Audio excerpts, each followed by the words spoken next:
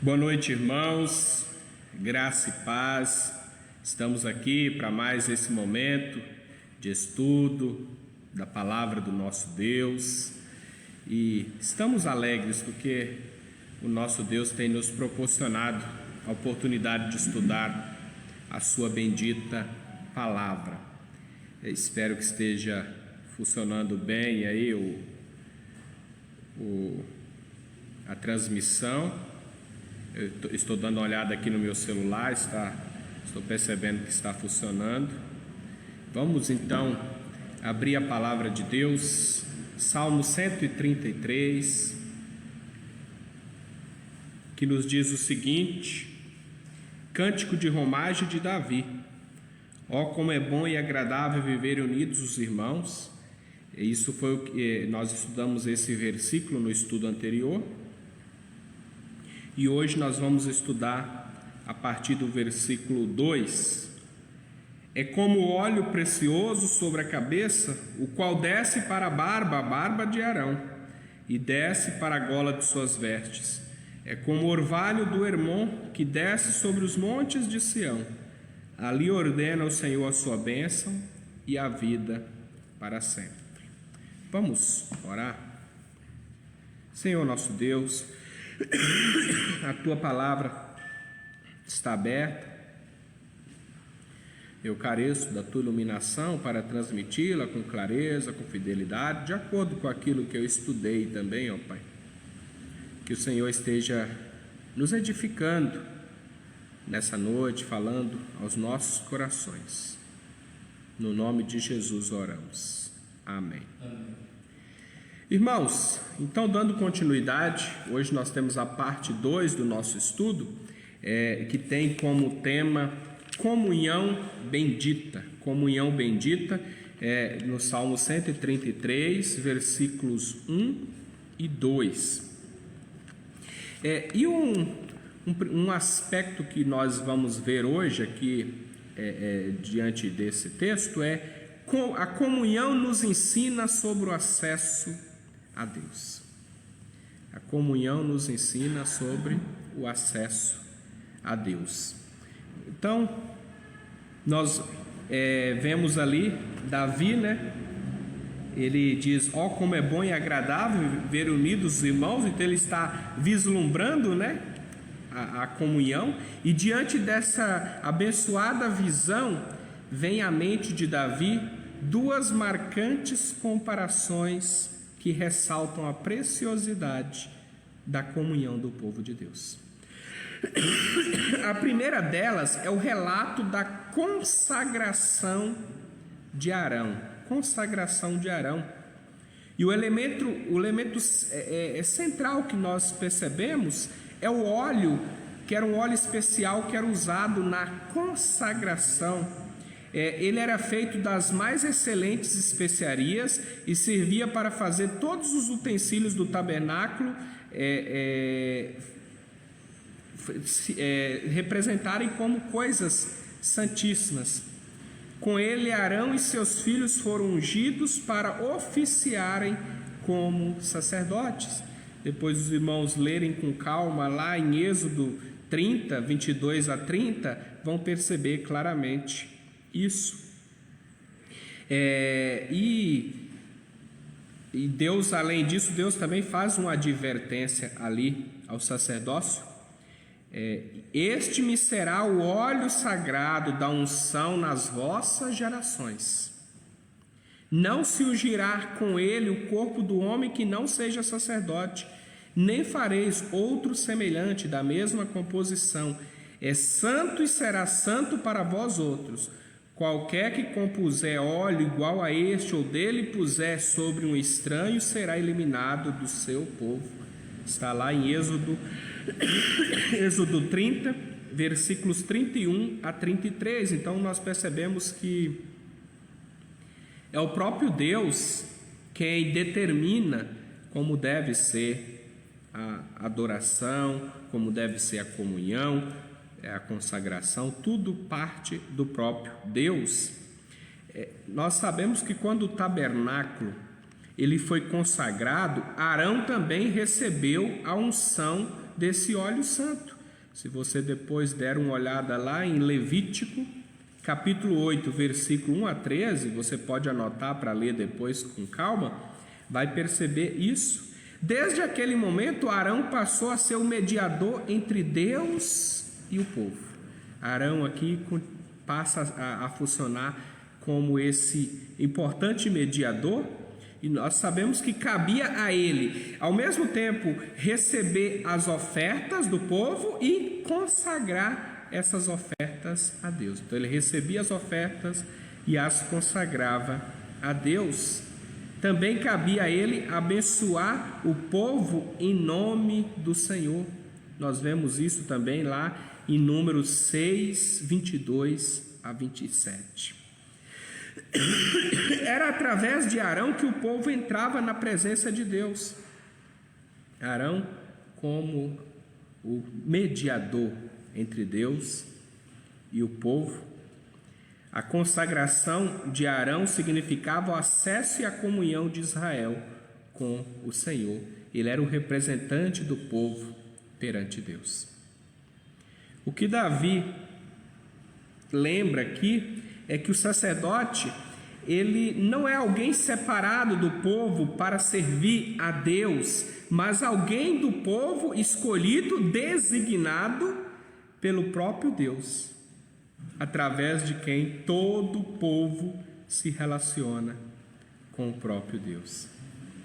E para reforçar essa ideia, Davi observa que o óleo colocado sobre a cabeça descia para a barba e as vestes de Arão. Quando nós lemos lá no Salmo 133, parece algo esquisito, né? Um óleo que desce para a barba, que desce para a roupa. Se nós não entendermos o contexto, parece uma coisa sem sentido, mas o que significa? Os seus efeitos se espalhavam, essa é a ideia. O óleo se espalhava, os efeitos daquele óleo se espalhavam. E na roupa, nas vestes de Arão, havia um peitoral com 12 pedras preciosas.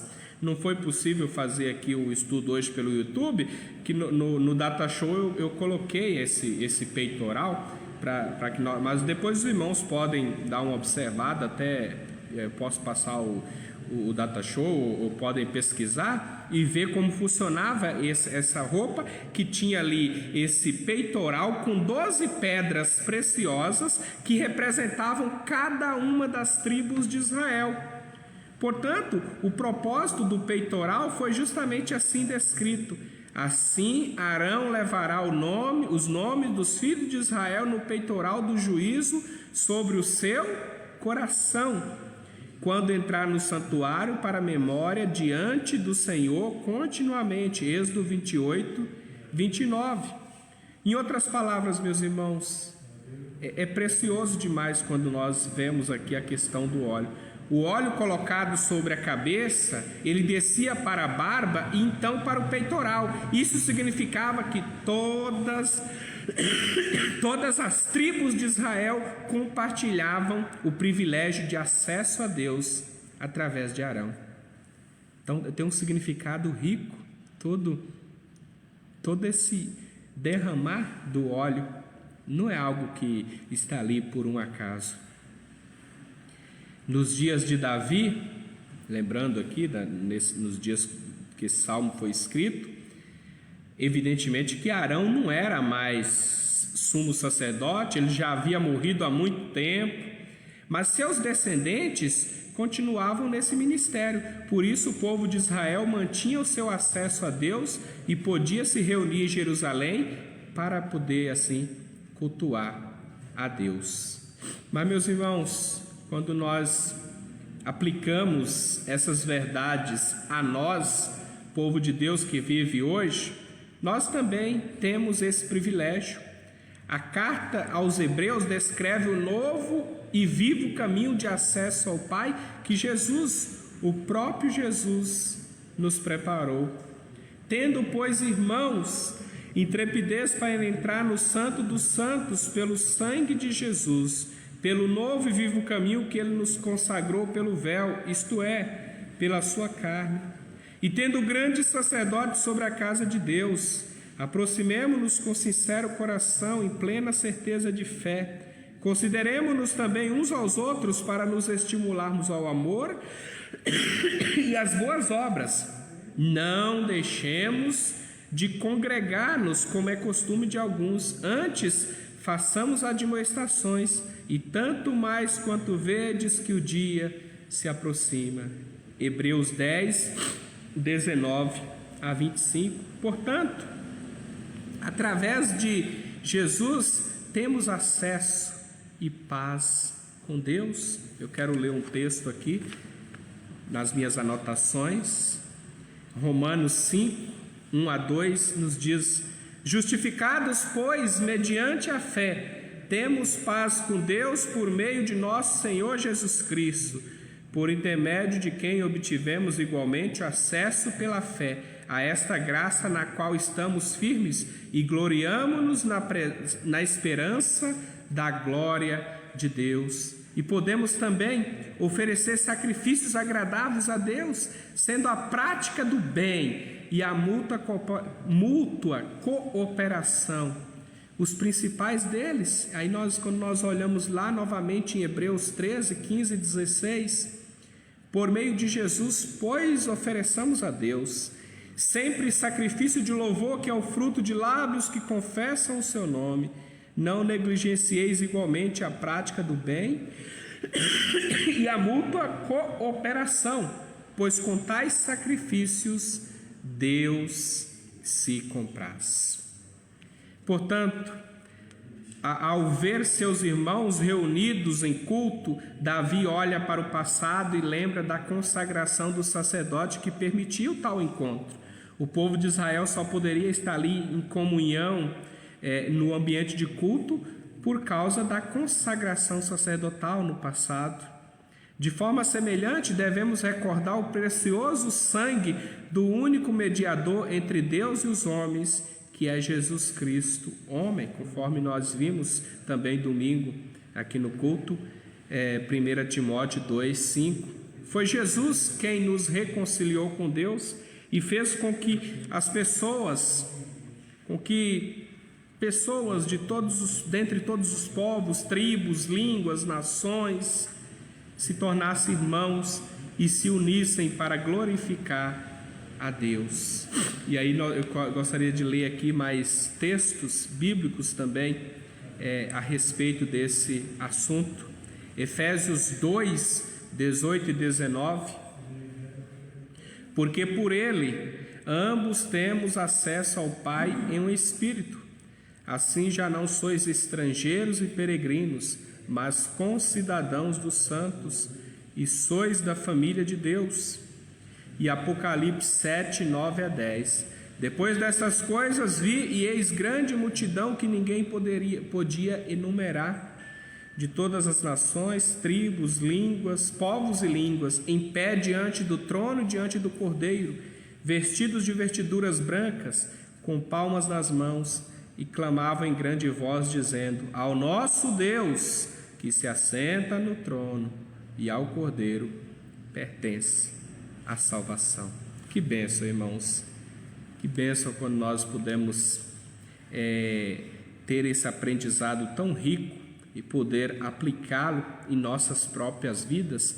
Mas nós refletimos um pouco a respeito do seguinte ponto: a comunhão nos ensina sobre o acesso a Deus, mas agora nós refletiremos aqui, de acordo com o autor da revista da qual nós temos tirado o nosso estudo, que a comunhão antecipa as bênçãos futuras. A comunhão antecipa as bênçãos futuras. Então, a segunda comparação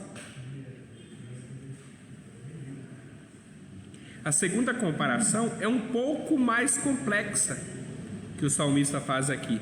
Ela envolve uma alusão à geografia de Israel. E um tema, e esse é um tema que é muito comum nos profetas, que é justamente a restauração de Sião. Então, vejamos um pouquinho a respeito da geografia ali tratada aqui, a mais imponente, assim, que chama mais atenção, né, dentre as montanhas da região de Israel, é o Monte Hermon. Ele ficava no extremo norte, né, ali de Israel, e o seu cume era constantemente coberto de neve. Também tem uma foto que eu consegui, ele coberto ali de neve, e dali ele espalhava um orvalho que dava origem à região de vegetação mais exuberante daquele tempo, o Líbano. As importantes árvores daquela floresta floresciam a madeira mais preciosa da época, o famoso cedro do Líbano. Que coisa preciosa, meus irmãos, aquela neve que se transformava, aqui corria ali e fazia, e tinha todo esse resultado maravilhoso. Uma neve que se transforma em orvalho, que trazendo vida para aquela região. O orvalho que descia do Hermon permitia que ali vivesse uma rica variedade de plantas e animais. Era certamente uma belíssima paisagem, através da neve que se transforma em orvalho, que traz vida. Então a figura que o salmista usa aqui é preciosa demais para falar a respeito da comunhão.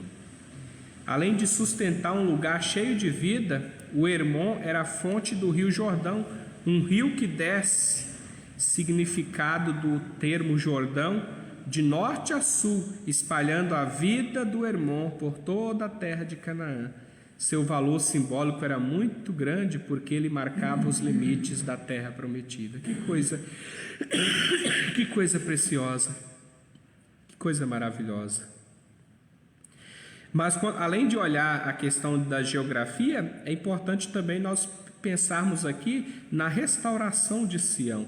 E a segunda comparação de Davi, que Davi vê na comunhão entre as tribos de Israel, ele vê os mesmos efeitos de vida que o orvalho do Hermon promove.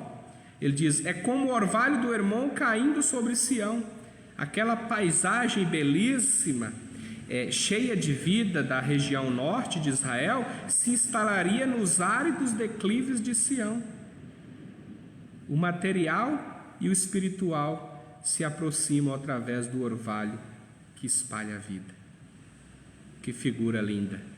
Essa figura é frequentemente usada pelos profetas para descrever a restauração de Israel. A mais significativa delas se encontra em Oséias 14, 5 a 7, que diz o seguinte: serei para Israel como orvalho, ele florescerá como lírio e lançará suas raízes como o cedro do Líbano. Estender-se-ão os seus ramos, o seu esplendor será como o da oliveira e a sua fragrância como a do Líbano. Os que se assentam de novo à sua sombra voltarão, serão vivificados como cereal e florescerão como a vide, e a sua fama será como a do vinho do Líbano. Por isso que eu disse, irmãos, eu ressaltei da última vez, quando eu falei do primeiro versículo aqui do Salmo, e eu ressaltei que é um salmo tão pequeno, parece que você vai explicá-lo assim tão rapidamente, mas ele tem as figuras tão ricas, tão preciosas, que nós podemos perceber que dá para ficar falando um bom tempo aqui só sobre esse salmo, sobre esses detalhes ricos dele que trazem lições espirituais preciosas para nós. Mas pensando nas questões proféticas, encontramos profecias semelhantes que falam da restauração de Israel em termos de exuberância agrícola. Você pode ler depois com calma, anota aí, Joel 2, 18 a 27, mas eu vou ler aqui para você, Joel 3, 18. Joel 3, 18 nos diz o seguinte: e há de ser que naquele dia os montes destilarão mosto, e os outeiros manarão leite, e todos os rios de Judá estarão cheios de água. Sairá uma fonte da casa do Senhor e regará o vale de Sitim. E ainda Zacarias 8, 11 e 12. Mas agora não serei para com o restante desse povo como nos primeiros dias, diz o Senhor dos Exércitos, porque haverá sementeira de paz, a vide dará o seu fruto, a terra a sua novidade, e os céus o seu orvalho, e farei que o resto deste povo herde tudo isso, tudo isso. E aí nós podemos novamente tirar mais algumas lições para nós. Para nós hoje, a profecia adquiriu uma proporção muito mais abrangente. Esperamos que toda a terra se encha da glória do Senhor. Hebreus 2,14 nos diz: visto, pois, que os filhos têm participação comum de carne e sangue, destes também ele igualmente participou, para que por sua morte destruísse aquele que tem o poder da morte, a saber, o diabo. Apocalipse 18:1. Depois destas coisas vi descer do céu outro anjo que tinha grande autoridade, e a terra se iluminou com a sua glória. Aguardamos tempos de refrigério, que estes tempos virão com a volta de Cristo, a restauração de toda a sua criação. Atos 3, 20 e 21. A fim de que da presença do Senhor venham tempos de refrigério, e que envie Ele o Cristo que já vos foi designado, Jesus, ao qual é necessário que o céu receba até os tempos da restauração de todas as coisas, de que Deus falou por boca dos seus santos profetas desde a antiguidade. A vinda de novos céus e uma nova terra em que habita a justiça. É isso que nós aguardamos, conforme diz o autor, diz o próprio Pedro, 2 Pedro 3,13. Nós, porém, segundo a sua promessa, esperamos novos céus e nova terra nos quais habita a justiça. Essa é a manifestação mais exuberante da vida eterna. Nós somos as primícias, os primeiros frutos dessa restauração, conforme diz Tiago. Pois segundo o seu querer, Ele nos gerou pela palavra da verdade, para que fôssemos como que primícias das suas criaturas. São estes os que não se macularam com mulheres, porque são castos. São eles os seguidores do Cordeiro por onde quer que vá. São os que foram redimidos dentre os homens, primícias para Deus e para o Cordeiro. Apocalipse 14, 4. E ainda 1 Coríntios 15, 28. Quando, porém, todas as coisas lhe estiverem sujeitas, então o próprio Filho também se sujeitará àquele que todas as coisas lhe sujeitou, para que Deus seja tudo em todos. Quando nos reunirmos em culto, sujeitamo-nos a Ele como seus servos, antecipamos o tempo em que Deus será tudo em todos. E tem uma última lição que nós ainda tiramos aqui. Deus nos abençoa através da comunhão. Davi termina o salmo reafirmando a sua convicção quando diz: ali ordena o Senhor a sua bênção e a vida para sempre. A expressão ali refere-se a Sião, o lugar onde os irmãos estavam reunidos. O fato é que qualquer lugar em que há comunhão é valorizado, porque Deus faz uso da comunhão para abençoar o seu povo. Irmãos, quando nos reunimos, compartilhamos nossa fé em Cristo, manifestamos os frutos da nossa nova vida, compartilhamos os dons do Espírito derramados sobre nós, antecipamos o encontro eterno entre Deus e os seus filhos. Não é por acaso que a forma mais sublime de anunciar a obra de Cristo seja uma refeição comunitária, a Santa Ceia, e que a representação mais frequente da vida eterna também seja uma grande ceia. Os irmãos podem ver isso nos ensinos de Jesus, parábolas contadas por Jesus, e eu queria que nós refletíssemos. Temos conseguido perceber os benefícios da comunhão com os nossos irmãos? Há barreiras ou conflitos que impedem que juntos adoremos a Deus por meio de Jesus Cristo? Reunir-se com a igreja nos faz desejar a chegada da vida eterna e o tempo em que para sempre louvaremos ao Senhor? É para nós refletirmos.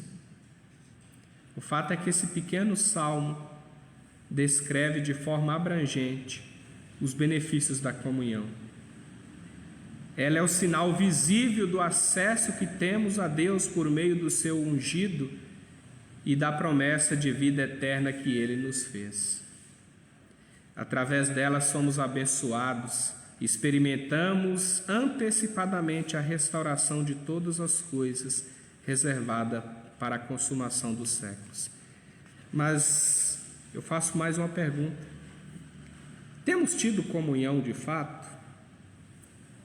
Nós, como igreja, povo de Deus, nós temos tido comunhão? Nós sabemos o que acontece com os nossos irmãos? Compartilhamos as coisas boas, as coisas ruins, as dificuldades, as lutas, as alegrias, as conquistas? Temos tido essa comunhão? Temos tido essa comunhão não apenas no momento de culto, mas também no dia a dia? Temos vivido em comunhão de fato? É para nós refletirmos. Eu acredito que a cada dia que passa a igreja de Cristo no geral vive mais longe da comunhão. As pessoas faltam muito nos cultos, muitos não sentem falta de congregar, e também muitas vezes nós nem sabemos o que acontece com os nossos irmãos em Cristo. E eles também muitas vezes não sabem o que acontece conosco. Então, comunhão é algo precioso, mas traz essa ideia de estar unidos debaixo da bênção de Deus. Que possamos ter comunhão, que possamos viver unidos uns aos outros e todos a Deus, o corpo de Cristo ao nosso Deus. E aí nós podemos ter essas certezas de vida, de restauração, de fortalecimento, de beleza, de tudo que nós vemos aqui através desse salmo. Nós podemos ter a certeza de que realmente é agradável a nós, é agradável a Deus, é algo espiritual, precioso, algo que se espalha como óleo, é algo que se espalha e que traz vida como o orvalho do Hermon. E a comunhão, acima de tudo, ela tem a bênção de Deus. Deus se alegra e Deus abençoa a comunhão do seu povo. Que Deus nos abençoe. Amém. Vamos orar. Senhor, nosso bondoso Deus, queremos agradecer a Deus pela tua bendita palavra. Agradeço pelos irmãos que estão aqui presentes no templo, os presbíteros Luiz e Nilton. Que o Senhor abençoe a vida dos teus servos. Que o Senhor abençoe também cada um dos irmãos que estão aqui acompanhando esse estudo pelo Facebook. Que essa palavra fique guardada em nossos corações e que possamos transmiti-la a outras pessoas. Cuida das nossas famílias, cuida dos nossos queridos, ó Pai, cada um nos seus lares. Que o Senhor esteja cuidando, ó Pai, derramando das tuas bênçãos sobre cada família representada aqui da IPCV, e também sobre a igreja como um todo. Que haja sempre essa união, essa unidade, essa comunhão. Que possamos ver uma igreja vibrante em comunhão contigo. No nome de Jesus oramos. Amém. Eu quero agradecer a todos os irmãos e irmãs que participaram conosco desse momento. Que Deus abençoe sua vida, sua família. Que Deus dê uma boa noite de sono e de descanso para você. e abençoe também o restante da sua semana. Deus esteja cuidando de nós, cuidando da vida de cada um, e podemos ter certeza de que Ele está sempre conosco. Fiquem com Deus. Um grande abraço, meus irmãos.